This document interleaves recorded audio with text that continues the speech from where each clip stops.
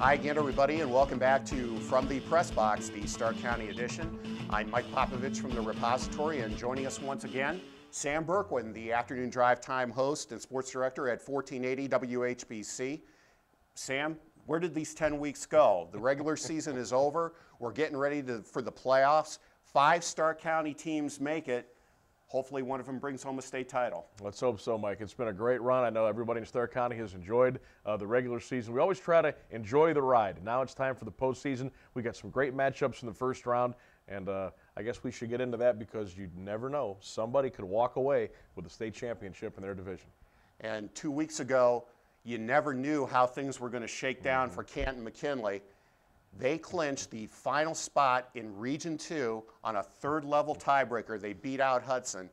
Sam, when you look at the big picture, not only did McKinley have to beat Massillon on Saturday, beat Boardman the week before, have other results go their way, but all of this comes after they lose a 34-2 lead at North Canton Hoover.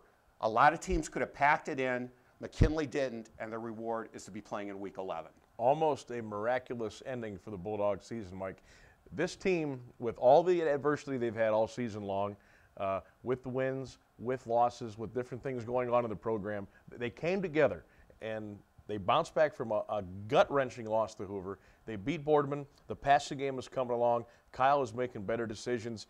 Angelo Powell may be emerging as one of the best receivers in Stark County now. And if they can keep things moving, after this Massillon win, we all know that Week 11 is a tough week to coach in McKinley and at Massillon. If the Bulldogs keep it together, they have a chance to come out of this region. Well, other games in the region, the GlenOak Golden Eagles will be hosting Wadsworth. And for the second straight year, North Canton Hoover will play Massillon in the first round of the playoffs. Hoover won 14-7 last year. This game will be played in Massillon. Probably a toss-up game. I mean, how do you see it shaking out? Well, I don't think we're going to see a lot of points in this game. Only 21 combined a year ago between these two clubs. The change of venue, could make things a little interesting. Massillon does play better at home. The field surface may come into effect because their surface is going to be, the rain and the mud is not going to affect this ball game at all. But, you've got Eric Howard. He may all you need to get where you want to go. The Tigers, that was a very physical game against McKinley. A lot of aspirin and a lot of ice the last couple of days for Massillon. Let's see if they can bounce back at home and get a win and move on. Well, in Division 2, Region 7, the Louisville Leopards are the top seed. They'll be hosting Columbus, Marion, Franklin. Louisville gets past that game. They'll play the winner of Dresden, Tri-Valley, and Olentangy Orange. Olentangy Orange, coached by former McKinley coach Brian Cross. He has this team in the playoffs in the second year of the school. Talk about miraculous. I mean, Brian Cross has a quick run at McKinley, gets him to a state championship against Coleraine. Now he goes back home, so to speak, in Central Ohio. He lined the field. He got the decals on the helmets. He built this program from the word go, from scratch. And how ironic it would be that he would face a Stark County opponent in Week 2 of the postseason. That should be interesting. Well, in Division 3, Region 11, the Marlington Dukes, first time in the playoffs since 2001, second time overall. They draw a tough assignment at Steubenville, and the Northwest Indians play at Rayland Buckeye.